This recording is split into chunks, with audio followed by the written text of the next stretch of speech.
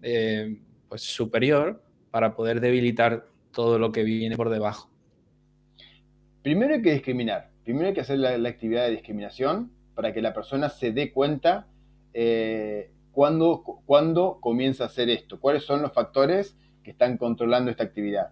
Y luego, bueno, podemos empezar a tratar de detectar estas jerarquías relacionadas con la identificación de esta actividad con la esencia, con el yo, ¿no? Esto de yo soy una persona con determinado tipo de características, y si soy una persona con determinadas características, tengo que hacer esto porque esto me hace, a ver, esto define mi esencia responsable, bla, bla, bla, bla. Entonces, esto es uno de los aspectos importantes.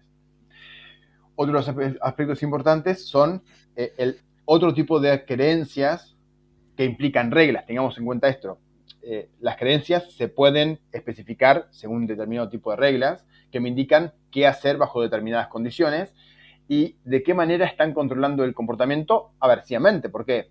Porque son reglas que me indican qué es lo que tengo que hacer para evitar el sufrimiento. Si no, esto no sería un problema. Si la persona dijera, bárbaro, a ver, ¿qué tengo que hacer para, no sé, realizar cualquier tipo de actividad que me encanta? La persona no estaría en consulta, claramente. Entonces, este tipo de creencias especifican reglas que mantienen el comportamiento bajo control aversivo. O sea, la persona se comporta para evitar el sufrimiento. Y la paradoja es justamente esta, que intentando comportarse para evitar el sufrimiento, comienza a generar más sufrimiento. Entonces, estos serían algunos de los factores fundamentales para tratar de comenzar a desmantelar todas estas formas en las que las personas intentamos disminuir el sufrimiento. Esto va de la mano. A ver, creo que uno de los aspectos también interesantes es no dejar por fuera de esta actividad, de todo este proceso, la conceptualización de Wells. ¿Por qué? Porque estas creencias de alta jerarquía también podrían ir de la mano o están, digamos, sometidas a la idea esta de preocuparme me puede proteger, o también preocuparme me puede dañar o volverme loco, ¿no? Porque son las creencias creo que de tipo 1 y de tipo 2, plantea Wells. Y ahí también me parece que es una propuesta interesante sobre cómo se conceptualizan este tipo de jerarquizaciones de lo que de qué es lo que pienso sobre lo que pienso, ¿no? A ver, Exacto. cómo, y acá es interesante esto que comenté previamente de describir y juzgar. Cómo juzgo lo que estoy pensando? Porque estoy Exacto. emitiendo un juicio o una creencia, un juicio o creencia sobre lo que Ujú. estoy haciendo cuando pienso. Bueno, entonces acá digamos, Sí. Y es interesante esa metacognición o la terapia metacognitiva de Wells, pues trata de ver cuáles son las preocupaciones que son normales de la vida y cuál es la preocupación por la preocupación o ese cuando anticipamos ese sufrimiento. Sufrimos porque no queremos sufrir y al final acabamos fatal.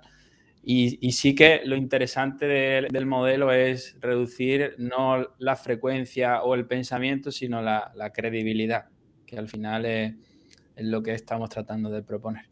Así que genial. Aquí también nos pregunta si apoyas el mindfulness como desde un punto de vista como reforzamiento diferencial de un repertorio más flexible y bueno, ¿cuál es tu opinión sobre esto? bueno, yo de hecho utilizo mindfulness de una forma bastante particular. Yo cuando hago esta actividad dentro de una actividad terapéutica, les pido a los pacientes que una vez que ya describimos cuáles son los gatillos y cuáles son los miedos, que el paciente comience a rumiar voluntariamente durante, por ejemplo, 3 minutos, intentando construir los peores eventos y los más desagradables. Y entonces, ¿acá qué hacemos? Entrenamos en discriminación, entrenamos, a ver, el entrenamiento atencional, y además exponemos al paciente a todos estos contenidos verbales y a las propias respuestas emocionales. Pero durante 3 minutos. Cuando terminó el tiempo de rumear. Ok. Entonces, le permitimos al paciente que haga esta actividad en donde vamos a tomar distintas jerarquías y le voy a pedir al paciente que comience a rumear sobre determinado tipo de jerarquía, ¿no? De determinado tipo de jerarquía en relación a la importancia que tiene esto en la vida de la persona, y que lo haga desde este lugar de tengo que hacer esto porque esto me protege, esto me va a proteger, ¿no? Bueno, vamos a empezar a hacer esta actividad y vamos a empezar por distintos inicios. Vamos a comenzar con un gatillo, después con otro, después con otro, después con otro, después con uno, después con otro, después con otro. Vamos a utilizar incluso los gatillos como eslabones, si quiero, digamos, hacerlo un poquito más interesante, puedo utilizar y seguramente tal cosa, como eslabón entre un escenario y otro, pero le voy a dar un tiempo y un lugar. Y la persona va a dedicar ese tiempo y ese lugar para entrar y salir, entrar y salir, entrar y salir. Entonces, ¿esto qué hace? Esto genera entrenamiento atencional, porque no es solamente que la persona se quede en un lugar sin hacer nada, es hacerlo voluntariamente. ¿Para qué? Para que después, cuando está sin hacer nada, pueda notar lo que está ocurriendo, lo que está haciendo, porque esto es uno de los problemas. Las personas tienden a entrar en procesos de rumia extensos cuando no están haciendo nada porque no están focalizando su atención en una tarea compleja. La persona va manejando y manejar es una actividad automática y ahí empieza a pensar y a pensar. Yo he tenido pacientes con este tipo de rumia que han chocado manejando porque no viene el auto adelante. Fíjate, el foco atencional en lo que están pensando es absoluto, porque no se ve el mundo queda totalmente bloqueado. Y esto es otra de las cosas que les enseñamos a los pacientes con estas actividades. Fíjate cómo perdés la percepción del mundo y cuando perdés la percepción del mundo, perdés las señales de seguridad.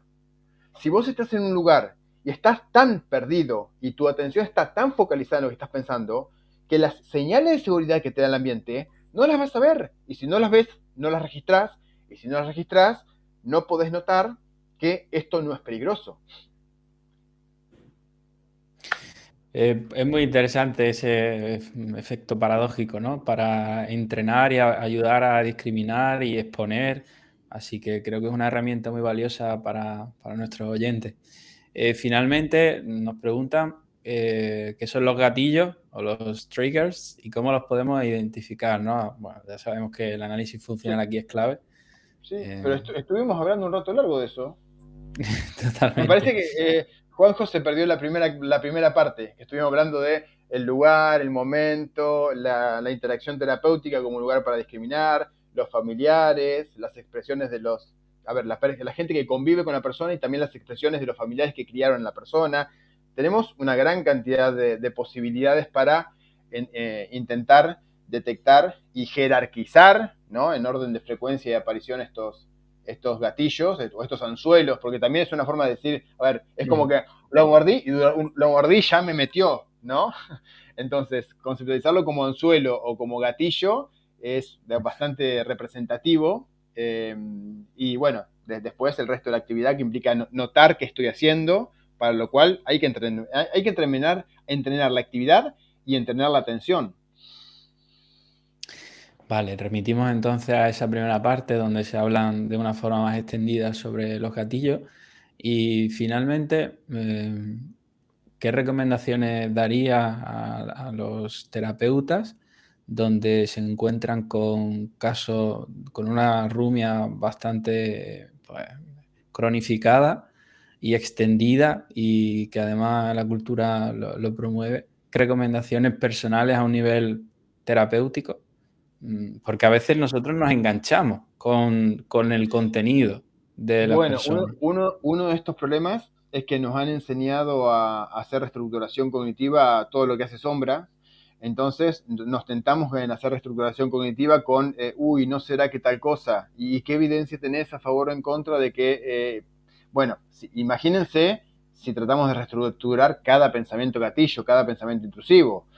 Vamos a darle más leña a la rumia. Esto es algo terrible. ¿Por qué? Porque la reestructuración cognitiva focalizada en este tipo de fenómenos y no en metacreencias o en creencias de alta jerarquía, que ahí, bárbaro. Reestructuración cognitiva en este tipo de fenómenos está fantástico. ¿Por qué? Porque son fenómenos que están controlando o que ejercen un efecto en otro tipo de eventos como estos. Pero reestructuración cognitiva tenemos que saber cuándo hacer y cuándo no hacer. Igual que los psicoanalistas cuando hacen asociación libre. Hacer asociación libre sobre estos eventos va a generar una cantidad de relaciones espantosa que va a destruir la vida de la persona, porque el aprendizaje relacional es a veces se da muy rápidamente. A veces con un solo ensayo ya quedaron asociados y te fuiste. Y es otra relación que estableció la persona, y otra relación, y otra relación, y otra relación. Sí, se extiende.